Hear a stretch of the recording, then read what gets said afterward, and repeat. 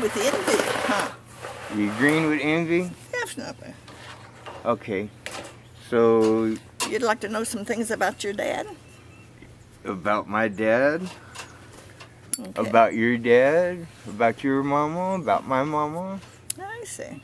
I'd like to know all kinds of things. Oh, goodness. I'd like to know the lottery tickets for next week.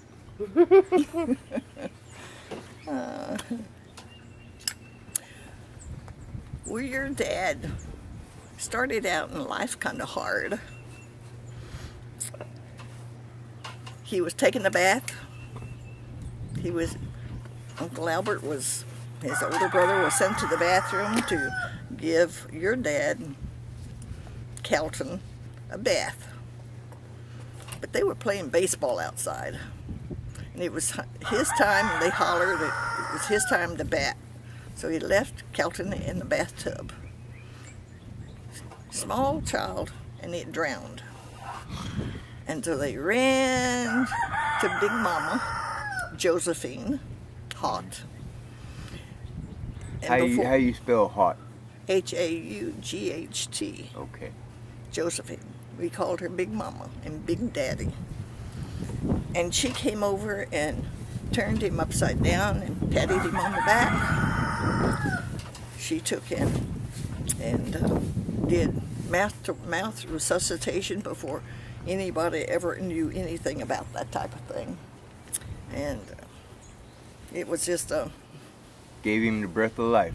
Yeah, gave him breath of life. And he was always blessed with the spirit of being with him. And he, all through his life, he was a nature boy. And he didn't bring snakes in the house, but he brought the raccoons, the skunks, mainly. And one of the coaches at the school taught him how to de-skunk the skunk and what to do to a baby raccoon to make it tame. And that's the reason Joanne and I, my sister and I, had our picture taken in the San Antonio newspaper with us holding our pets. And he was always bringing us something to play with. We always had chickens, and he was a good hunter. Sometimes a little bit off kilter when he used his bow and arrow. He shot into two of the metal chairs with his bow and arrow and made Mom pretty well unhappy with him for shooting holes in it. Have a wicker back chair.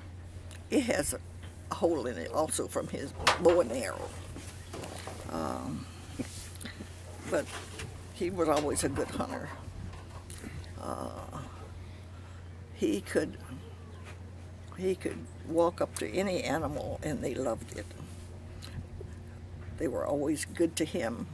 He always knew how to go slowly, carefully up to an animal, to touch it, to pet it, and everybody else would be afraid of it. So anyway, he was always tremendously blessed with the Lord's Spirit. Then I think Brenda has written up a beautiful experience of him when he was on the ship and prayed on the ship.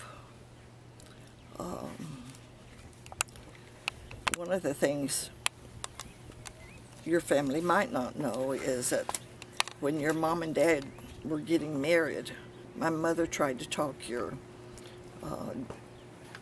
mother into not marrying him because he had so much shrapnel all through his body, and that they told him and my mother, his mother, that he could just be standing there and fall over dead because of the tremendous amount of shrapnel he had throughout his body. And so she tried to talk your mother, Doris, into not marrying him because no one knew how long he had to live. Well, he lived a good, long life. And when he used to come out here to the pasture, as we called it, he and Dad would work the cows out here, and Dad would be able to take and toot his horns on the truck, and the cows would come to the truck to take and be fed, or put out salt for them, or minerals. And also during the drought, Dad fixed up a burner that he could slip over the cactus and burn the spines off the cactus, and then the cows could eat those cactus leaves. And they were the fattest, best cattle on the market at the time. And he really, Dad would go out early morning and feed the cattle the cactus.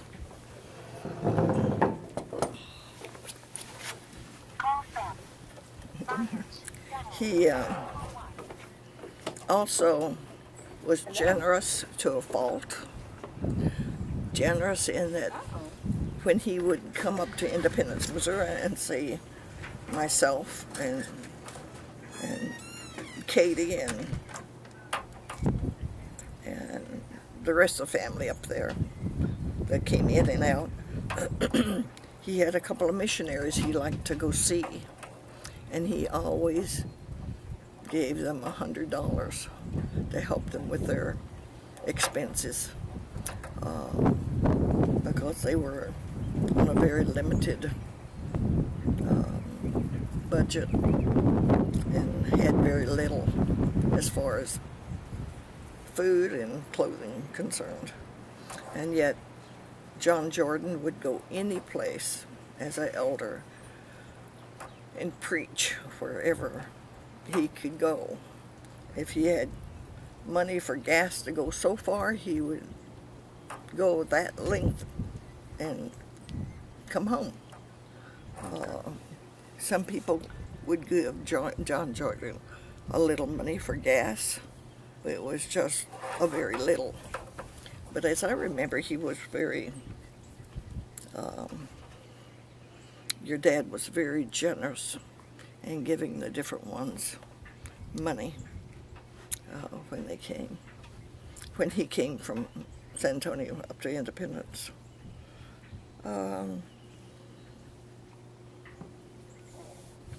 Your mom always enjoyed for my husband Keith and I to come see you in San Antonio, because as soon as Keith would get in the house, Doris would say, "Would you fix?" And we would spend our time fixing things during the daytime, a lot of times, repairing the stove or cleaning out the burners or putting new plugs on the lamps. And he did all kinds of things. Your mother always had a honey-do list when she knew we were coming. And he thoroughly enjoyed doing all those wonderful things for your mom. And she always enjoyed seeing us coming because she'd start making that list up. And so. Do you have any recollections of anything that happened at the picnic area down here by the pond? Just that your dad and my dad would work weeks on cleaning it up, moving the brush, just making sure there was plenty of open space around the picnic area. Dad had his Mexican crew, as I remember, to come out and fix up the pavilion kind of thing. The little, it was a big barn-like thing. 2 50-foot tables. Yeah, yeah, really long. And everybody and their brothers came to it. The Doros came. Your father, when Opal Doro was her name, and I can't remember the husband's name. Carl. Carl, right. Before he passed away, your dad went over every day and fed him aloe vera leaf, the inside of an aloe vera leaf. And he did so well until one day his wife fixed him a wonderful dessert of some sort, and he began to eat the sweets again. And it wasn't long after that till he passed away. And but the aloe vera plant your dad believed in. It was natural, it's a healer, and we get away from that sometimes. It's nasty to eat it straight out, split a leaf and scrape out the inside of the leaf. But it's the best. It's not homogenized, it's not tampered with. It's not GMO. It's not GMO. That's right. But it's your dad was very much of a nature boy, and his strictness about religion was because of his healing several times in his lifetime. And I know that it was hard on you kids, and you didn't understand. But as you get older, you'll understand that praying and having a religious Conviction. religion within your everyday life is important. You need to remember Jesus Christ is there for you, and he is a healer, and your dad believed in it.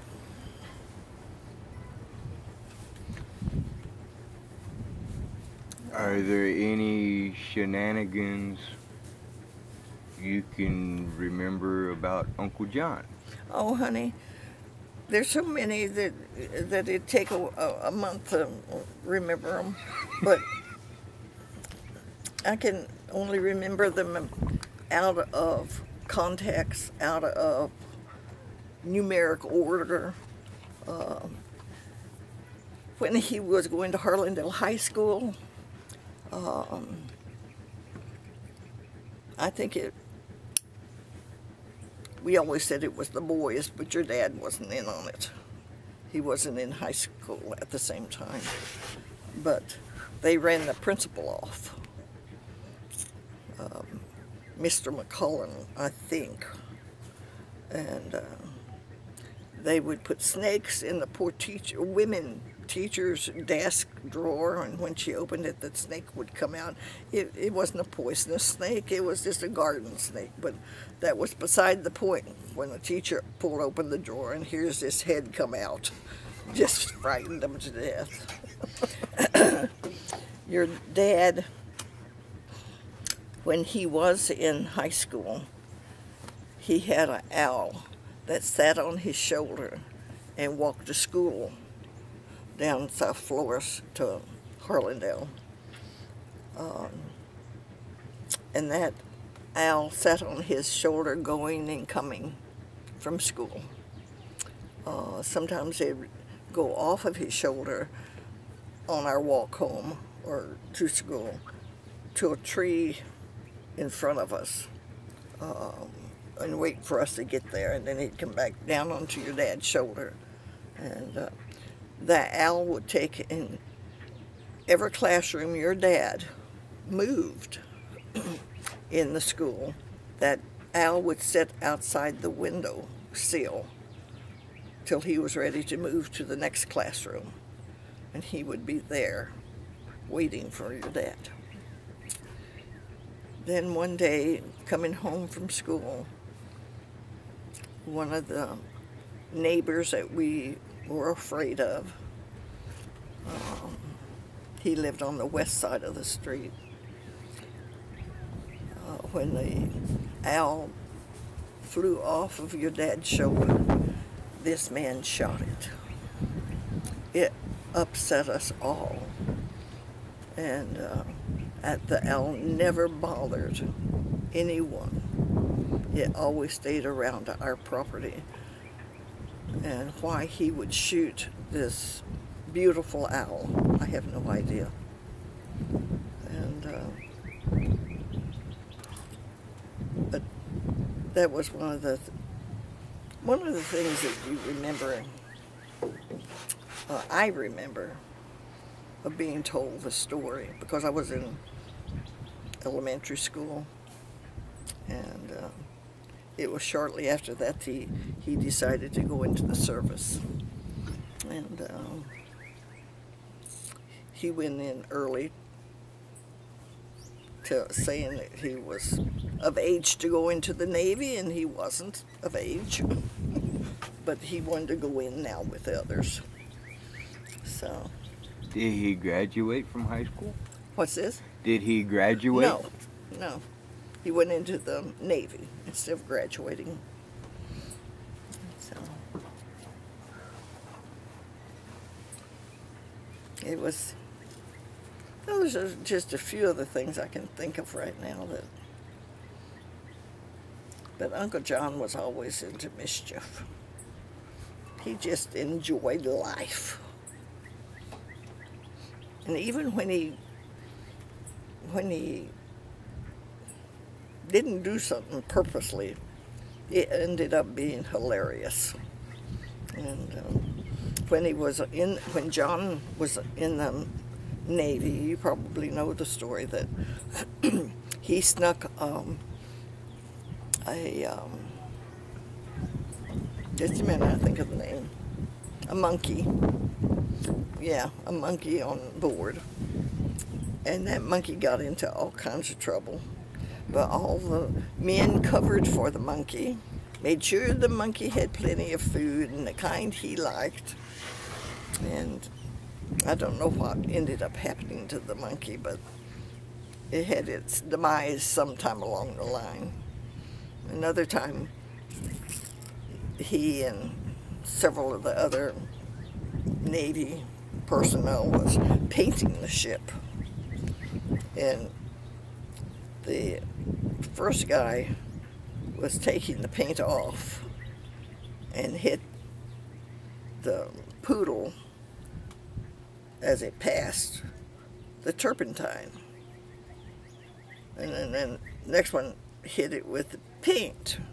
And when it came past John, he hit it with the turpentine, and again, in order to take the paint off the back end of this pooch that was really hollering and really upset over it. He was always getting in trouble that way. When he first went into the Navy,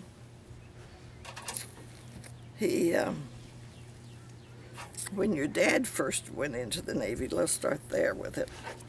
Your dad says, I want to come home. I want out of this. I will plow the vegetable garden with old Jenny as long as I can get out of here. I'll never complain again about plowing the vegetable garden or hoeing the vegetable garden if I can just get out of here. And he didn't. But John decided he'd go AWL.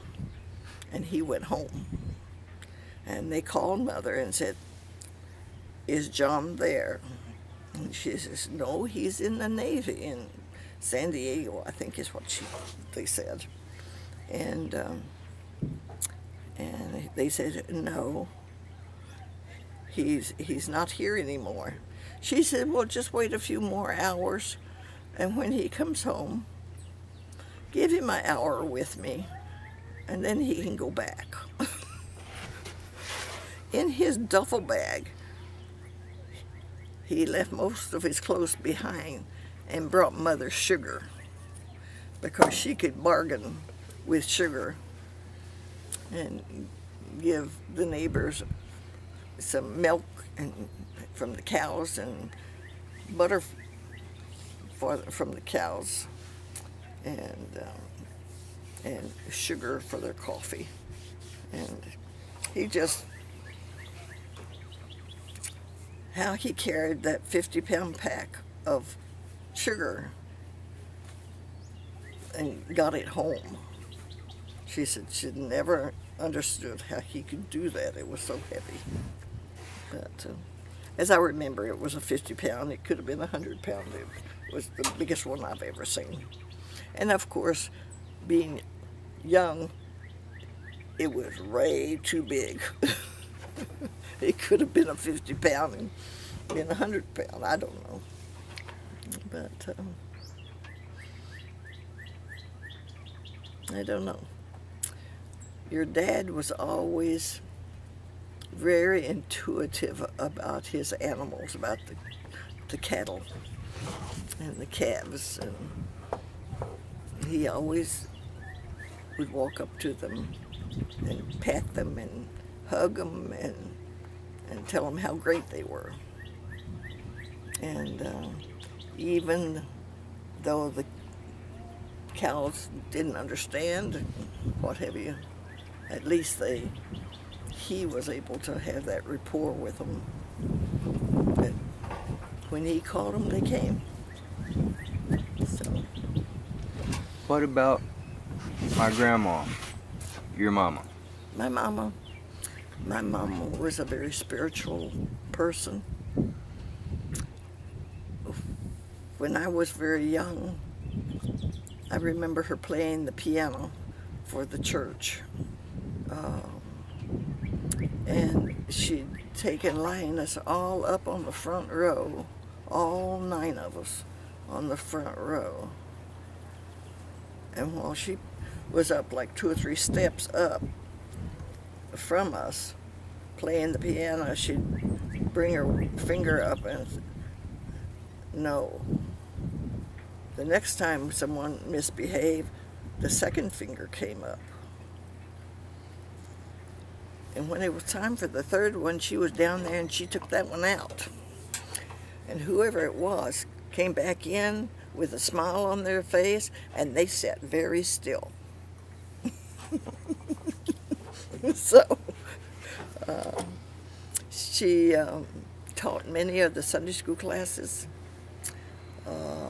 We always had chickens at home, and any of the servicemen that came to church, they didn't have any place to go for lunch, they could come to our house for lunch. If they got off the night before and they could get to our house on Saturday night, they knew underneath the couch you lifted it up and there was pillows and blankets, and they'd be strung out like cardboard on the floor, couches, the pillows out of the chairs. And when we got up, they were dressed and everything put back in order. And they stayed for breakfast, helped us with the breakfast dishes and fixing the breakfast. And then we'd go to church. And if more came home from church than we had planned on, she'd have one of the boys go out, well, our brothers go out and kill a chicken and pluck it, and fry it, and have more potatoes and more chicken on the table.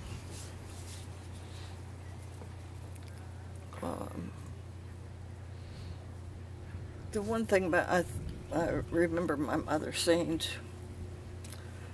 that when Uncle Dave was missing in action and the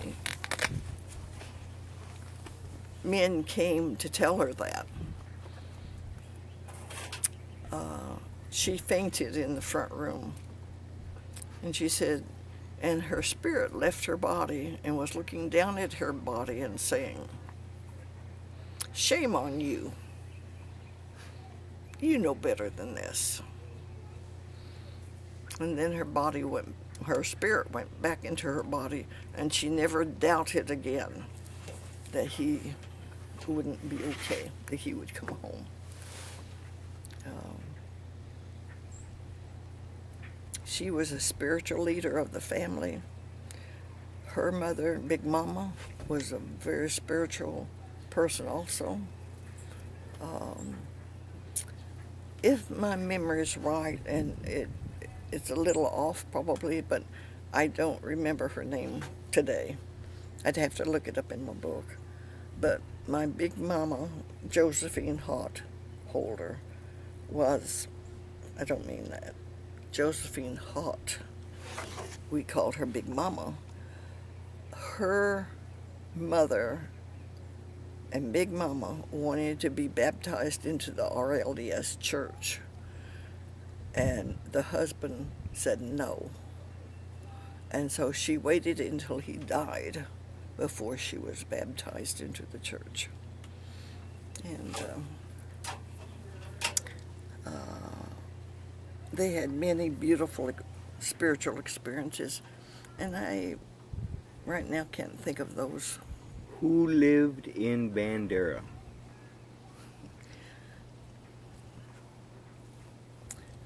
It was a relative of Mother's. It was a relative of Mother's, and I'm trying to think of their name.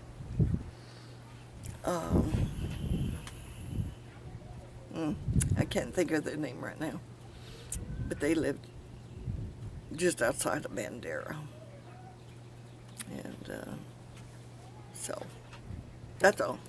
One of the stories I remember is about a Model T and a Bobcat and a suitcase. Yeah. Do you I don't remember that one well enough to say any more than that about it. Yeah. Yeah. Grandpa Holder, my grandfather Holder,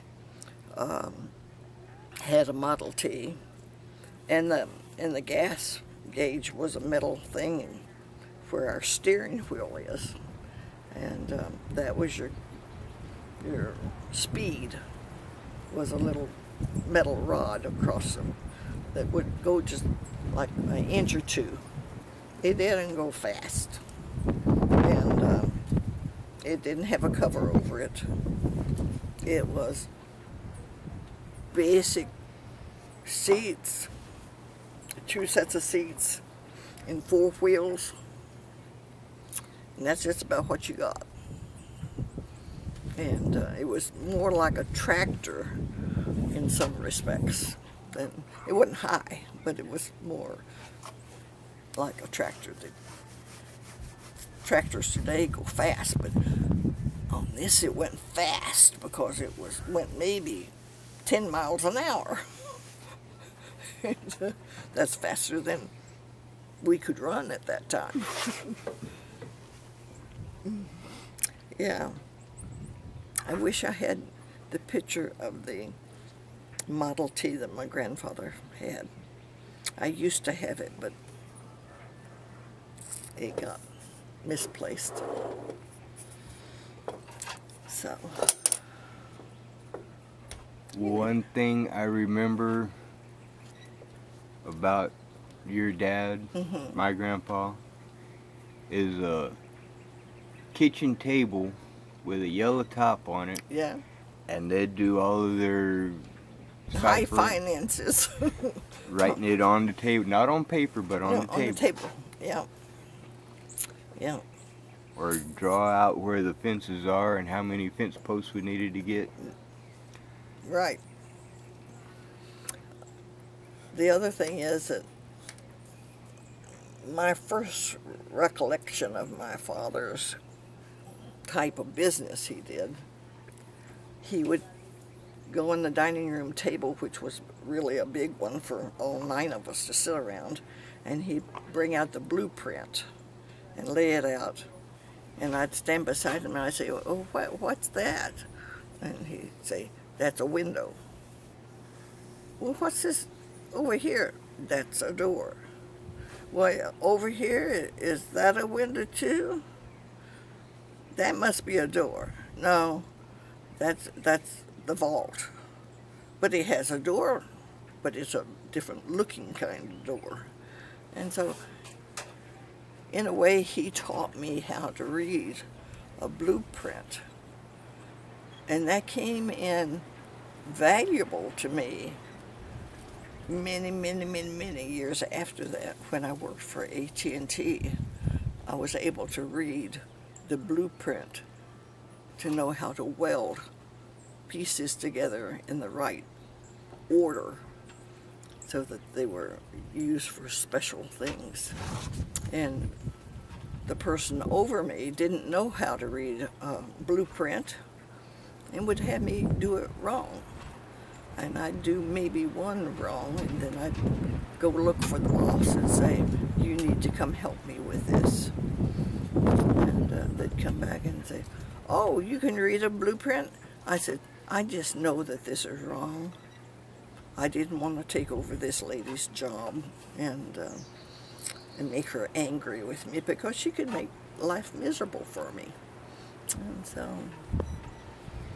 anyway, it was a valuable thing. We never know when we show our little ones important documents like a blueprint of a house, where in later life they will understand what you're talking about. They need to be exposed to all kinds of crafts as young as they are. Younger the better, because they will retain that somewhere and will never remember. Most likely, they just know it from somewhere. And I think it's so important that they have a variety of things for them to learn. So, I can't think of anything else right now.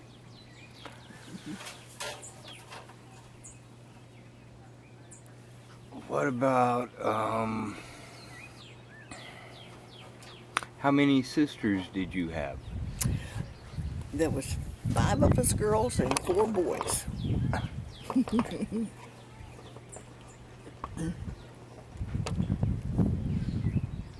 There was 5 of us girls and 4 boys. And who were the girls?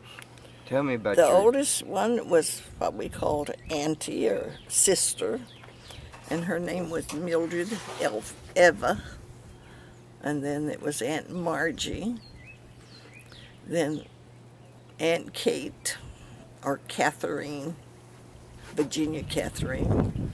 And then Joanne, her name was Hetty Joanne. And myself being called Sammy Devereen. And I was always told that my Sammy came from my big daddy Samuel. And then that we had an Uncle Dever. And there's a town in southern Texas here, down close to the valley, named Dever, after this member of the family. Then there's ones that say, oh no, I was named Devereen after a lady. Well, I haven't found that as far as in the archives to know that that was correct. But I'll start researching it and find out one of these days. Okay.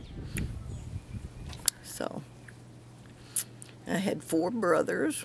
The older one, Albert, and Dave, that was a pilot, and John, that was in the Navy, and he took and worked out at Kelly Air Force Base. Kelly, is it called Air Force Base? It was. And then your dad, Kelton, that worked out there. And so they pretty well stayed in working in the military most of their life. I think Albert worked for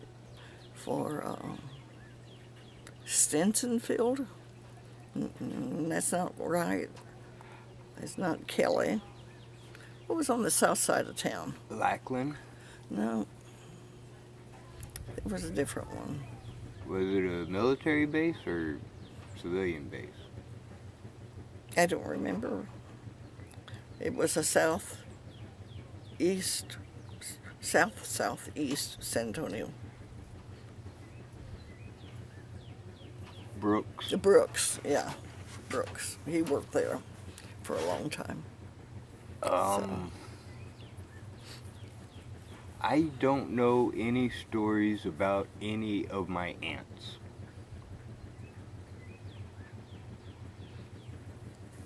Well, I don't know that I can tell you much, but our oldest sister,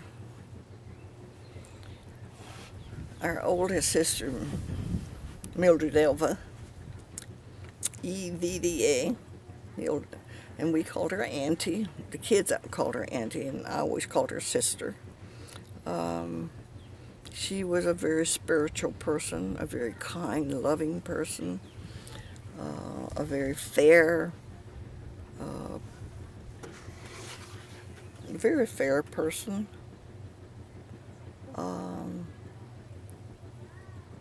As beautiful inside as she was outside. She was the kindest, sweetest, most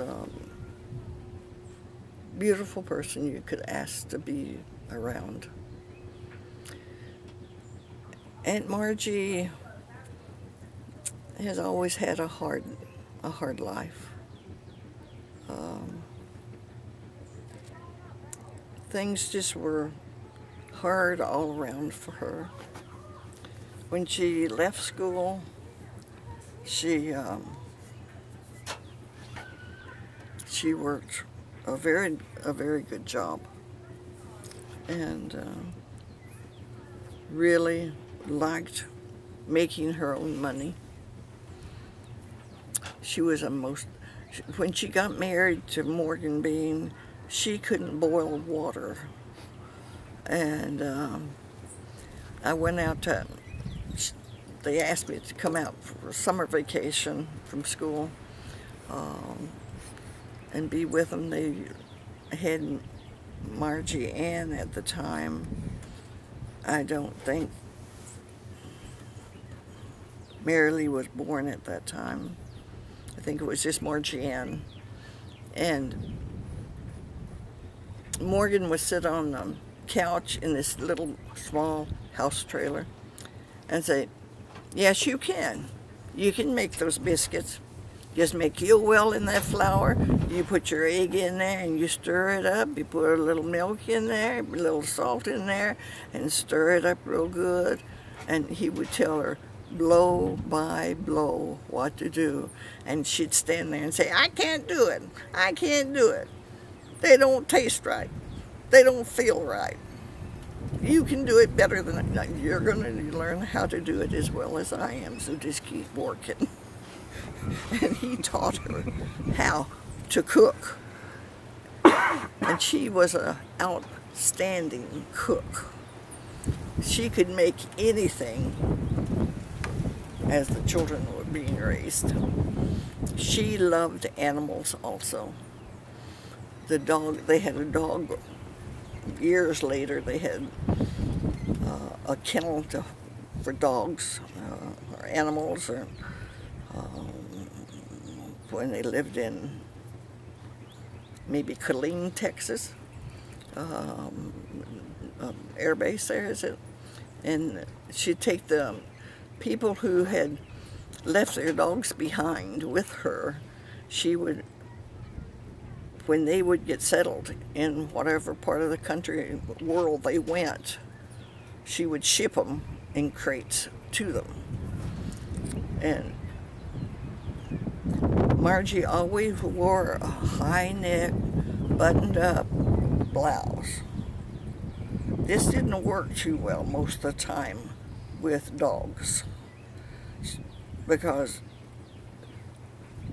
she went to ship 2 dogs off to Germany, big dogs, and the dogs went crossway and then back this way, and there went the buttons on her blouse open, and there was her blouse totally open, and she was just horrified. But she never learned from that, because she never wore just a slip-over t-shirt, and she always wore a sleeve with buttoned up to the neck. And but it was funny looking back at it, and she never thought it was funny. But you know, after you do it once, you think you wouldn't do it a second time. But Katie was went from San Antonio to Independence to go to nurses training. She had 18 months of nurses training, and she couldn't stand to be away from home. She had a boyfriend at home at that time who she ended up marrying, and had Steve and Debbie by this man. He just recently, in the last 9 months, passed away. But they were divorced for many years. And then Joanne was the beautician in the family. She loved, Mother would tell her that she had to take in and fix my hair for me. And so on Easter Sunday, she decided I needed a haircut. And she cut my bangs real short to make them get even. And they were too long this way, so she'd cut and she'd cut until I almost had a butch haircut right here. And then if she rolled my hair, she always took it and yanked it just a little extra. I don't want to do this. But that was her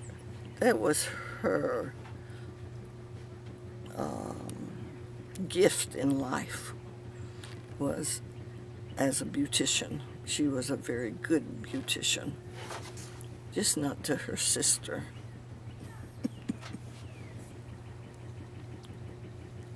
One thing about Aunt Mildred that I remember, Uncle Archie drove a vehicle until he was over 100. Is that? Oh yeah. Yeah. When he passed away, he quit driving. Well, I shouldn't say that he totally quit driving, but he passed away when he was 103 months old. And he would go to the grocery store, and you didn't want to follow him. You really, you know, he got upset because the people wanted him to go at the speed limit of 35 miles an hour, or, you know, but he felt like he was going fast enough. And he really was. When he parked his car inside his garage, he pushed off one side of the mirror, or the outside mirror, or the other, quite often. And his judgment of the width of the garage door and the car just didn't include that mirror. I don't know how many he knocked off, but a good 4 or 5. But he wasn't going fast. You know, he was just rolling into the garage.